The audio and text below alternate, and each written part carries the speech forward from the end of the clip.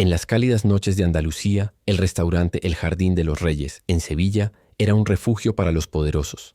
Allí, bajo el cielo estrellado, entre el suave sonido de fuentes moriscas y el perfume de las bugambillas que trepaban por las antiguas paredes, se decidían fortunas y se susurraban secretos. El ambiente era un tapiz de opulencia, donde el tintineo de las copas de cristal y el brillo de las joyas reflejaban la suave luz de las velas, creando una atmósfera de poder y exclusividad. Cada detalle, desde los azulejos pintados a mano hasta el servicio impecable, estaba diseñado para crear una barrera entre el mundo exterior y la realidad dorada de sus clientes. Era un escenario donde las apariencias no solo eran importantes, eran la esencia misma de la existencia de quienes lo frecuentaban. Un oasis de lujo construido sobre los cimientos de la discreción. Hola a todos, ¿cómo están? Antes de sumergirnos en el tema de hoy, un pequeño aviso rápido. 7 de cada 10 personas que ven nuestros videos todavía no están suscritas. Si no quieres arriesgarte a perderte los próximos contenidos, el momento de suscribirte es ahora. Y deja tu like para demostrarnos que quieres más historias como esta. Listo, aviso dado. En ese escenario, Ricardo Morales era la figura central, el sol alrededor del cual orbitaban otros planetas menores. A sus 52 años era un titán de la tecnología, uno de los hombres más ricos de España, cuya mente brillante era tan famosa como su frialdad glacial. Vestido con un traje de lino claro que costaba más que un coche popular, su postura era la de un depredador en la cima de la cadena alimentaria. Rígida, controlada, inquebrantable. Sus ojos, de un gris analítico, recorrían el patio no con admiración, sino con evaluación, midiendo el valor de todo y de todos. Raramente sonreía, y cuando lo hacía, el gesto no alcanzaba su mirada, que permanecía distante, calculadora, perpetuamente marcada por una desconfianza que ninguna riqueza lograba aplacar. Detrás de la fachada de éxito incuestionable, Ricardo era prisionero de una soledad abismal. Su vida era una fortaleza de lujo con paredes de cristal, donde todos podían ver su gloria, pero nadie podía tocar su alma. Su matrimonio con Elena, una mujer 20 años más joven y deslumbrante, era el artículo más caro de su colección de posesiones. Una transacción social, un acuerdo de negocios velado, desprovisto de cualquier calidez o afecto genuino. Sentía el peso de la sospecha. En su pecho, una certeza fría de que la lealtad de Elena era tan superficial como el brillo de sus joyas.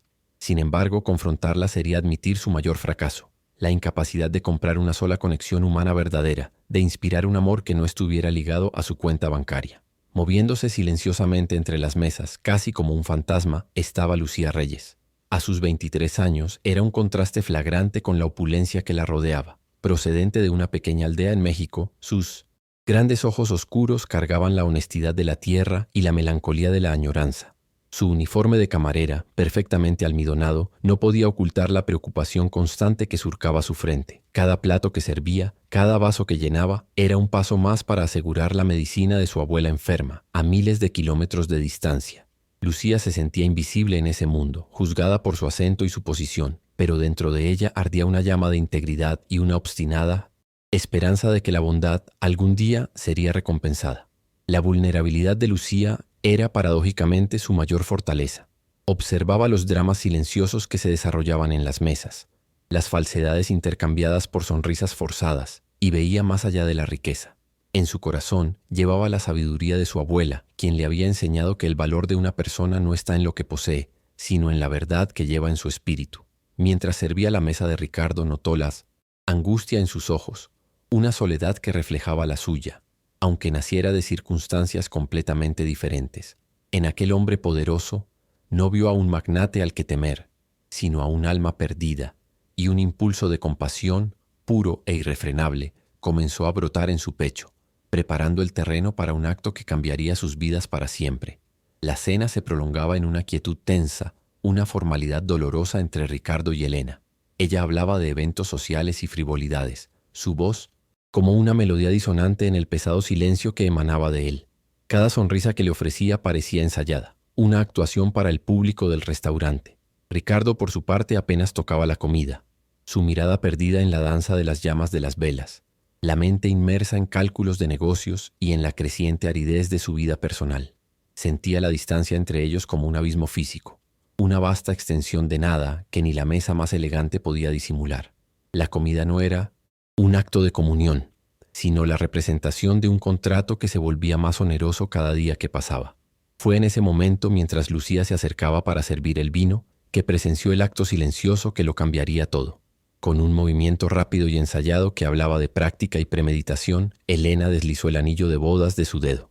La joya, una piedra maciza que representaba el imperio de Ricardo, desapareció en su bolso de diseñador.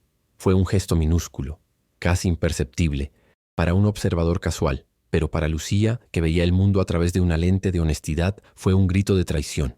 Aquel anillo no era solo un adorno, era un símbolo, un contrato, y al quitárselo de esa forma furtiva, Elena estaba declarando su nulidad en un acto de desprecio calculado y devastador.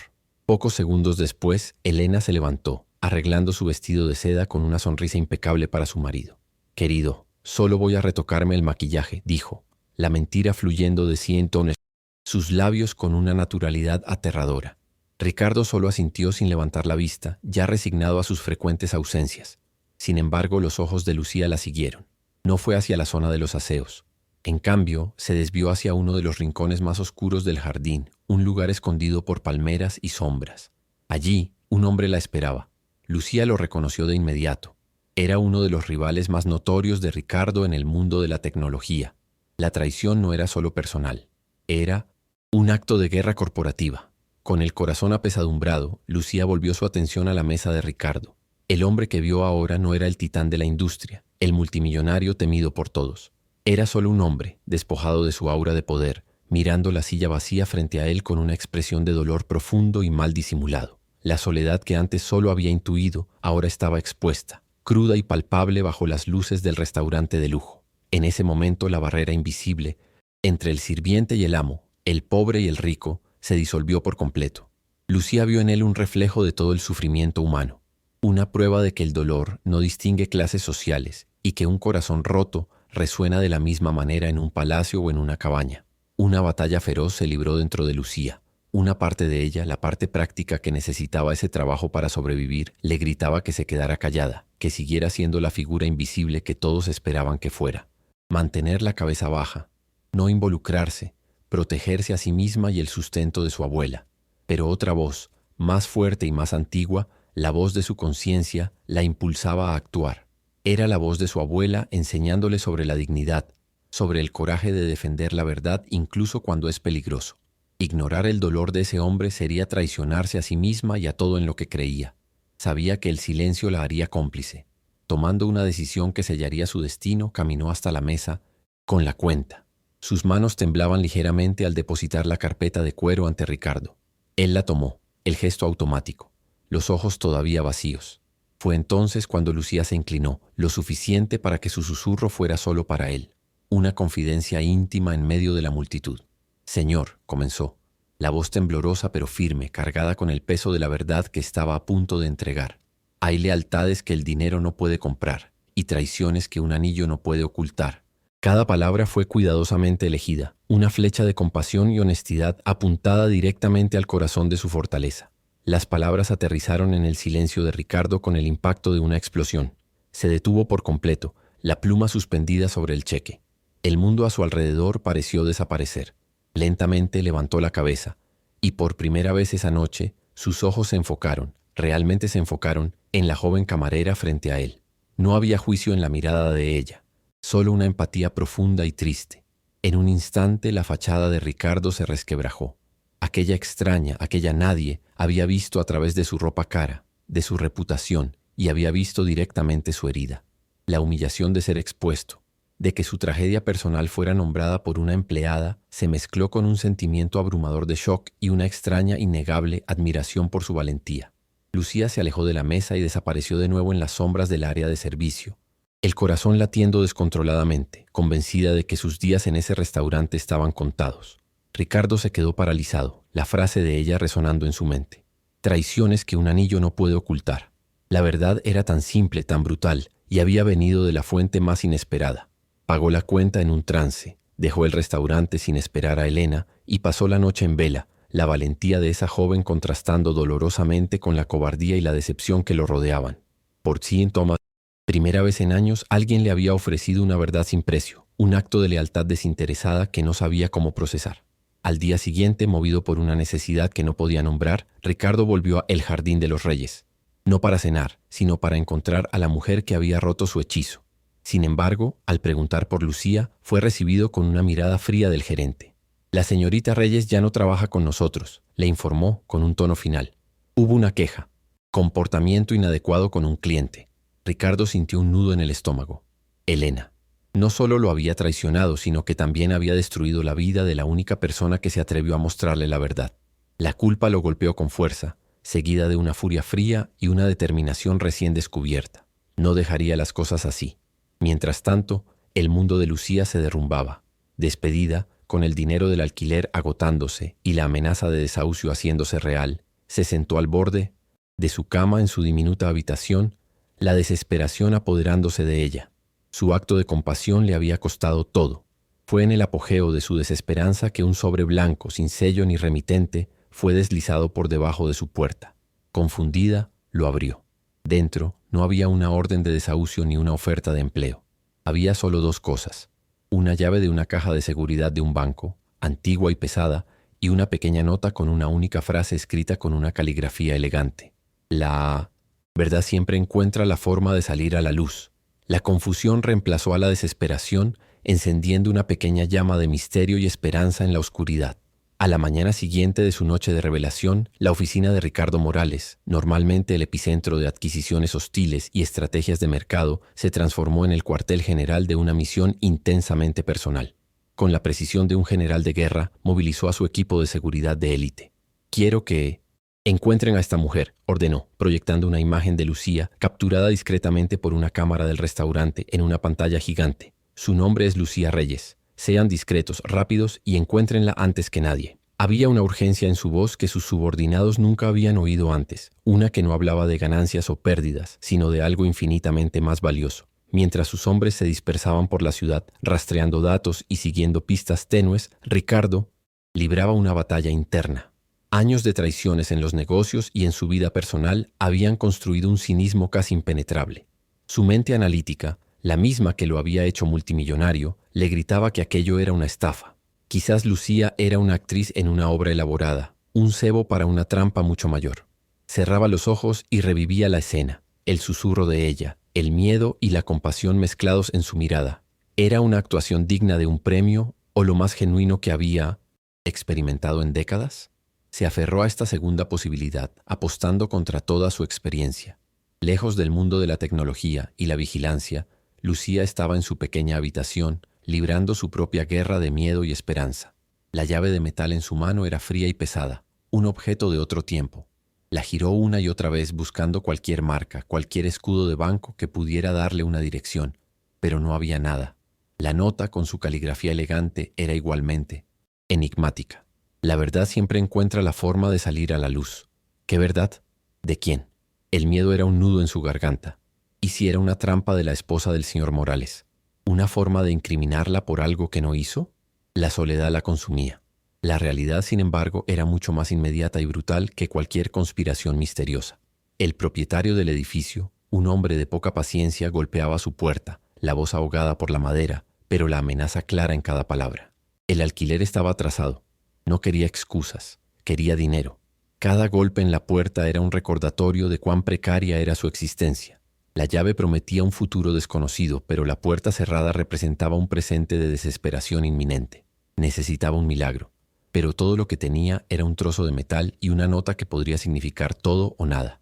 Mientras tanto, en una suite de hotel de lujo al otro lado de la ciudad, Elena y su amante, el rival de Ricardo, planeaban su próximo paso. La noticia del despido de la camarera los tranquilizó solo momentáneamente. «Ricardo no es estúpido», dijo el amante con voz fría y calculadora. «Atará cabos. Si encuentra a esa chica antes que nosotros, hablará». Elena, cuya belleza ocultaba una crueldad de acero, asintió. «Entonces tenemos que asegurarnos de que desaparezca», dijo ella. «No permanentemente. Solo lo suficiente para que entienda que el silencio es la única opción que le queda para seguir respirando». Su cacería comenzó mucho más sombría y directa que la de Ricardo. No usaron analistas de datos, sino hombres de apariencia intimidante que sabían cómo extraer información a través del miedo. Presionaron al gerente del restaurante, quien, temiendo por su trabajo y su seguridad, entregó una copia de la antigua dirección de Lucía. En pocas horas, figuras siniestras comenzaron a rondar su barrio, preguntando por una joven mexicana, mostrando su foto, dejando un rastro de miedo por donde pasaban. La red se estaba cerrando en torno a Lucía, y ella ni siquiera sabía que era la presa. La búsqueda de Ricardo, por otro lado, encontraba frustración. Sus investigadores, acostumbrados a rastrear a ejecutivos con una vasta huella digital, estaban perplejos. Lucía vivía en las sombras de la sociedad moderna. Pagaba todo en efectivo. No tenía redes sociales. Su teléfono era un prepago barato registrado con información mínima. Para el vasto aparato de vigilancia de Ricardo, era prácticamente un fantasma. Con 1919, cada informe negativo, la frustración de Ricardo se transformaba en una ansiedad creciente. Temía no solo por no encontrarla, sino por lo que podría pasarle si Elena la alcanzaba primero. Sintiendo que el cerco se cerraba, aunque no sabía por quién, Lucía tomó la decisión más dolorosa de su vida. Abrió una pequeña caja de madera y sacó de dentro un modesto anillo de plata adornado con una pequeña piedra turquesa.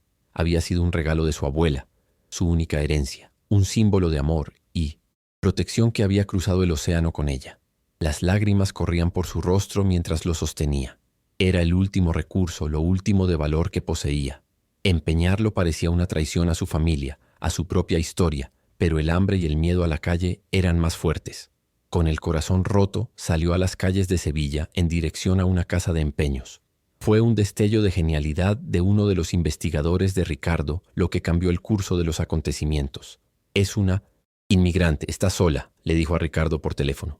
No iría a lugares de moda, buscaría apoyo, comunidad. Cambiaron el enfoque de la búsqueda a iglesias, centros comunitarios y asociaciones de inmigrantes mexicanos. En uno de esos centros, una señora recordó el rostro triste de Lucía, mencionando el barrio obrero donde muchos recién llegados encontraban habitaciones baratas. Ricardo no delegó. «Voy para allá ahora», dijo, tomando las llaves de su coche, un impulso visceral apoderándose de él. La calle donde se encontraba la casa de empeños era un universo aparte del Jardín de los Reyes. Era un lugar de fachadas desconchadas, de sueños postergados y de desesperación silenciosa. Ricardo, con su coche de lujo y su traje impecable, era una aparición de otro planeta. Sintió decenas de miradas sobre sí, miradas de desconfianza, resentimiento y curiosidad. Por un momento se sintió incómodo, expuesto, pero la imagen del rostro de Lucía en su mente lo impulsó hacia adelante. Aparcó el coche y continuó a pie, su corazón latiendo con una mezcla de esperanza y pavor, escaneando cada rostro en la multitud. Y entonces la vio. A través del escaparate sucio de una tienda con el letrero «Compro oro», vio su silueta. Estaba de espaldas a él, en el mostrador, la postura encorvada por la derrota. Vio su mano extendida y en ella el pequeño anillo de plata. En ese instante, toda su sospecha, todo su cinismo se desvaneció como el humo. No vio a una estafadora, sino a una joven, orgullosa siendo aplastada por el peso del mundo, a punto de sacrificar su última conexión con sus raíces. Un instinto protector, paternal, que creía haber muerto con su primera esposa, surgió con una fuerza abrumadora. «Espere». La palabra salió de su boca, más suave de lo que pretendía, pero cortó el aire cargado de la tienda. Lucía se congeló. Esa voz la conocía. Se giró lentamente, los ojos desorbitados, el rostro pálido de la conmoción. Verlo allí, Ricardo Morales, el multimillonario, enmarcado por la puerta de esa decadente casa de empeños, era tan surrealista que por un momento pensó que estaba alucinando. El miedo se apoderó de ella, un terror helado. La había encontrado. Su esposa lo había enviado. Era el fin. Se encogió instintivamente como un animal acorralado. Lucía apretó el anillo en su mano, su único escudo contra el hombre poderoso que tenía delante. Sus ojos brillaban con una mezcla de terror y desafío. Para ella su aparición solo podía significar una cosa, una amenaza. Estaba allí para silenciarla, para asegurarse de que el secreto de su esposa quedara enterrado. El dueño de la tienda miraba de uno a otro, sintiendo la tensión eléctrica en el aire, listo para llamar a la policía.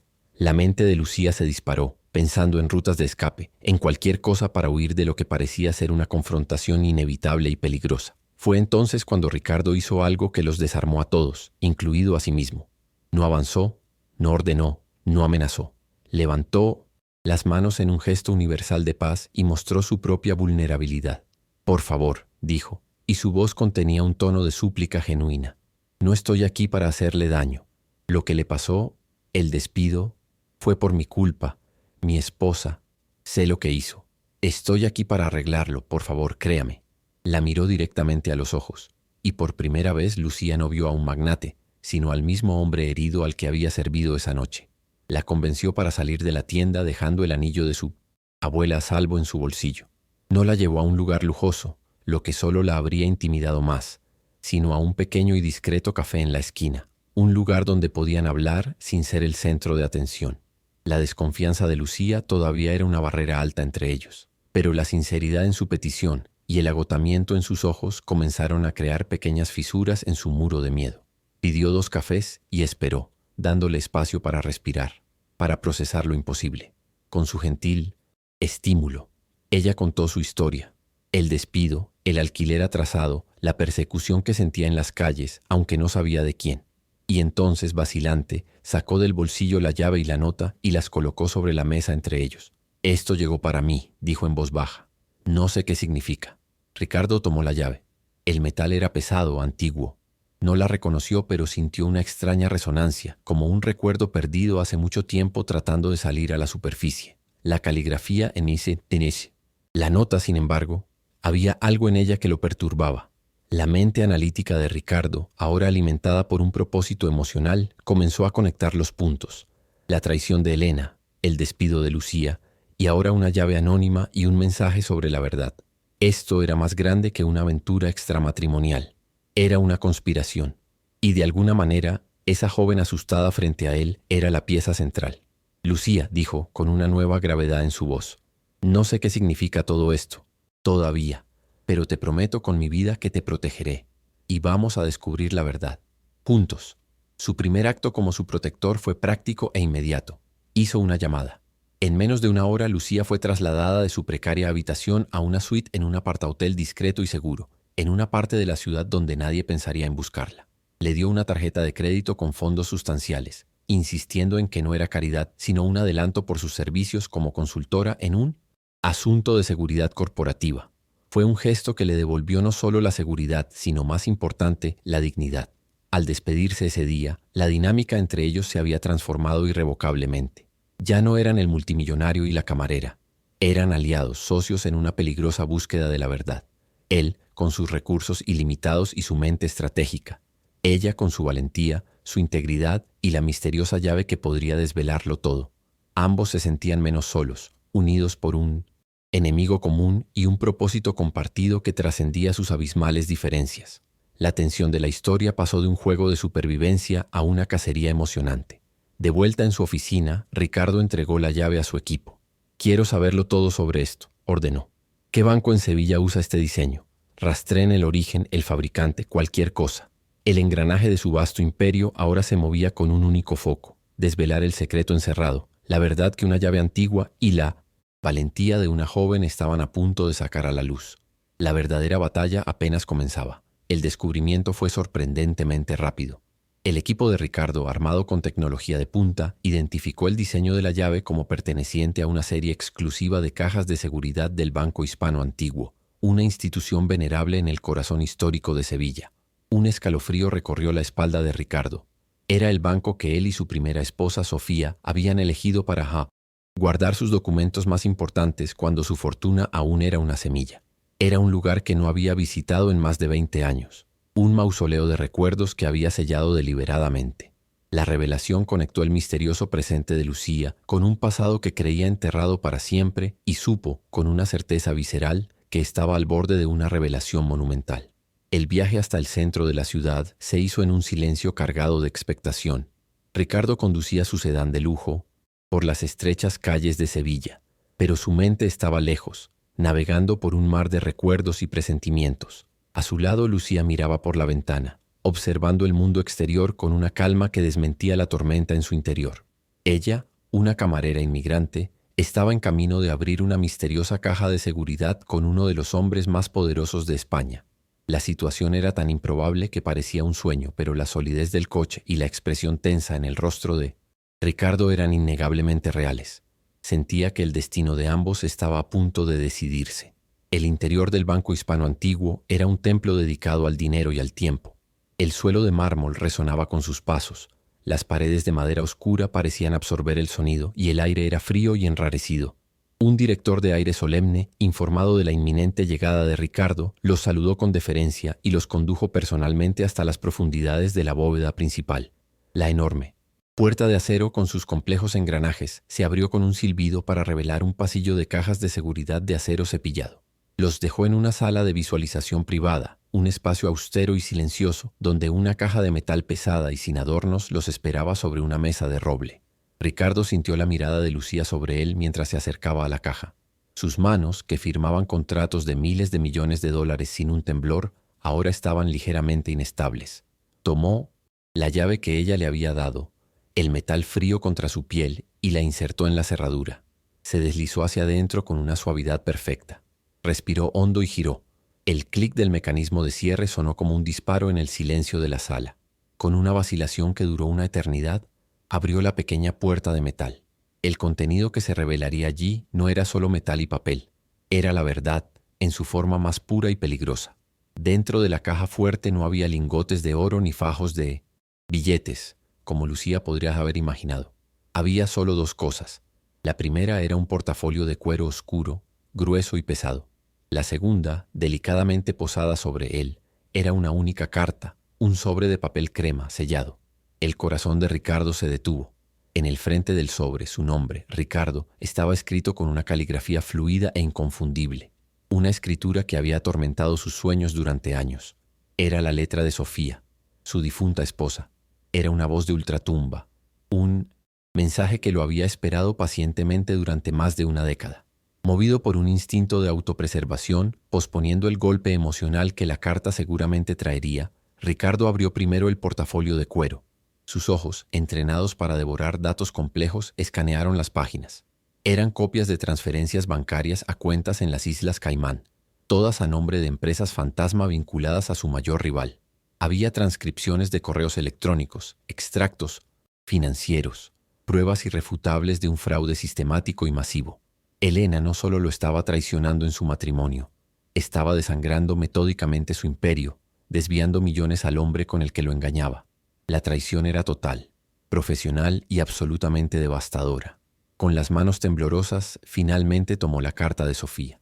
Con cada palabra que leía, una pieza del rompecabezas de su vida encajaba en su lugar. Sofía escribía sobre su amor eterno por él, pero también sobre la preocupación que sintió al conocer a Elena poco antes de su muerte. Describía haber visto un hambre depredadora en los ojos de la joven, una ambición que no se detendría ante nada. Sofía explicaba que había creado esa caja fuerte como su último acto de amor, un plan de emergencia para proteger al hombre que amaba. Si estás leyendo esto, decía la carta, es porque alguien con un corazón leal y valiente finalmente ha logrado atravesar las murallas que construiste a tu alrededor. Confía en esa persona. Fue esta última frase la que quebró a Ricardo. La predicción de Sofía, su fe inquebrantable en que la bondad algún día lo encontraría, chocó con la realidad de la presencia de Lucía allí, a su lado. La fortaleza de control que había construido a lo largo de décadas se derrumbó en un instante. Las lágrimas que no había llorado desde el funeral de Sofía comenzaron a caer, primero en silencio, luego en sollozos profundos y guturales que sacudían todo su cuerpo. Se inclinó sobre la mesa, el multimillonario todopoderoso reducido a un hombre con el corazón roto, llorando no solo por la traición de una esposa, sino por el amor protector de la otra. Lucía, que observaba todo en un respetuoso silencio, sintió las lágrimas de él como si fueran suyas. No vio debilidad en ese hombre que sollozaba. Vio la liberación de un dolor que había cargado solo durante demasiado tiempo. En un gesto instintivo, movida por la más pura compasión humana, se acercó y suavemente le puso la mano en el hombro. No dijo nada. Ninguna palabra podría reparar lo que estaba roto, pero su toque silencioso ofrecía un ancla en medio de la tormenta, una afirmación de que ya no estaba solo en su dolor. Era la bondad de una extraña, exactamente como Sofía había previsto.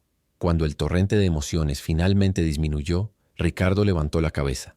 Sus ojos estaban rojos e hinchados, pero por primera vez en años estaban verdaderamente vivos, claros y libres de la niebla del cinismo. Miró a Lucía, no como un benefactor a una protegida, sino como un superviviente a su salvadora. Con la voz todavía entrecortada, pronunció las palabras que sellarían su vínculo para siempre. Mi difunta esposa confió en la bondad de una extraña para salvarme, dijo, su gratitud tan inmensa que llenaba la sala. Me has devuelto algo que pensé que había perdido para siempre. la fe en las personas. ¿Te está gustando esta historia? Deja tu like y suscríbete al canal. Ahora continuamos con el video.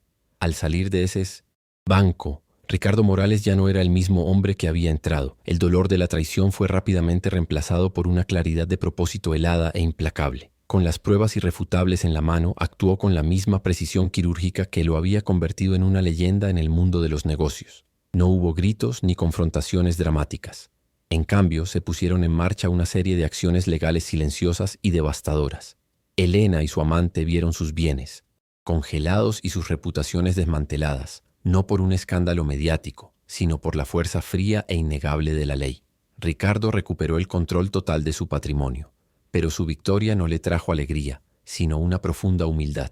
Buscó a Lucía y mirándola a los ojos le pidió disculpas, no por la traición de su esposa, sino por haber creado un mundo a su alrededor donde la bondad y la valentía de ella fueron castigadas.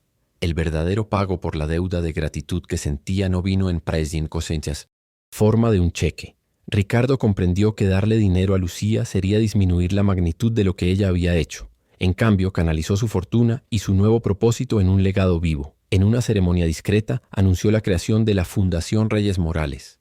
El nombre era un doble homenaje: a la valentía inquebrantable de Lucía Reyes y a la sabiduría póstuma de Sofía Morales.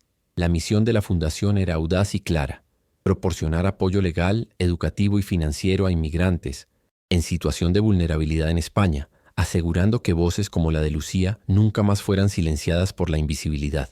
Y en el acto final de confianza, le ofreció a Lucía el cargo de directora ejecutiva, no como un regalo, sino como un reconocimiento de que su integridad era el activo más valioso que la organización podría tener. La vida de ambos se transformó de maneras que el dinero por sí solo jamás podría proporcionar. Lucía, con recursos y una plataforma, floreció. Trajo a su abuela enferma de México, asegurándole el mejor tratamiento médico que España podía ofrecer, y la instaló en una casa cómoda y llena de sol. La joven camarera, que antes se movía en las sombras, se convirtió en una líder apasionada y elocuente, cuya propia historia era la prueba viviente de la misión de la fundación. Ricardo, por su parte, encontró la redención. Se despojó de la frialdad de su antigua vida, cambiando la búsqueda incesante de más poder por la búsqueda de un impacto significativo. Encontró una alegría genuina no en cerrar negocios, sino en escuchar las historias de vidas transformadas por la fundación que ayudó a crear. 2 años después, en una tarde soleada, se inauguró un nuevo centro comunitario de la fundación en un barrio obrero de Sevilla. En un podio, Lucía, ahora una mujer de 25 años, segura de sí misma y radiante, daba un discurso ante una multitud de rostros esperanzados. En el público, Ricardo la observaba, no desde el lugar de honor, sino mezclado con la gente, una sonrisa serena en su rostro. Ya no era el centro del universo, era un testigo feliz del bien que había puesto en movimiento. Al final del evento, se desarrolló la escena más poderosa. Un joven inmigrante, recién llegado y con el miedo estampado en los ojos, fue recibido en la puerta por Lucía. Ella se arrodilló ligeramente para mirarlo a los ojos, y con la misma compasión que un día cambió su vida, le ofreció un vaso de agua y una sonrisa que decía: «Aquí estás a salvo». Aquel día, en 1900, un jardín de lujo, una camarera invisible tomó una decisión.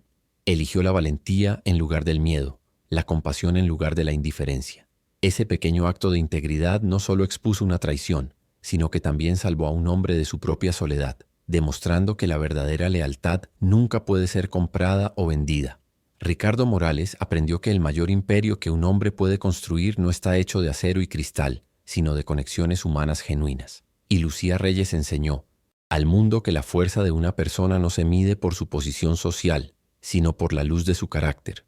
Una luz que puede brillar en los rincones más oscuros y guiar a las almas perdidas de vuelta a casa. ¿Alguna vez has hecho un acto de bondad que haya cambiado una vida? Deja un like si crees que la compasión es más poderosa que cualquier riqueza. Suscríbete para más historias de superación y esperanza. Comenta: el coraje lo cambia todo si tú también crees en la fuerza de la integridad humana.